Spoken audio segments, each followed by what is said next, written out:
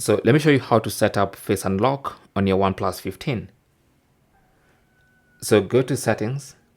Under Settings, scroll down to Security and Privacy. Tap on that, and then go to Device Unlock. Now, you need to have set up at least a pattern, PIN, or password before your phone allows you to set up Face Unlock. So you need one of these, either a 4-digit PIN, password, or pattern. So I'm going to go back because I've already set up a pattern. So select Face and Fingerprint Unlock. And then select Face, and then read the terms of service and agree.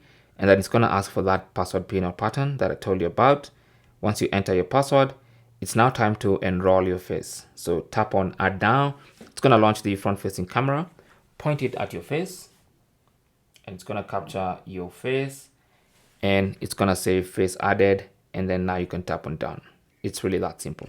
So now that adds another method of unlocking.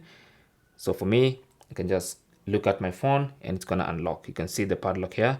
Lock, look at it, it unlocks. Thanks for watching and good luck.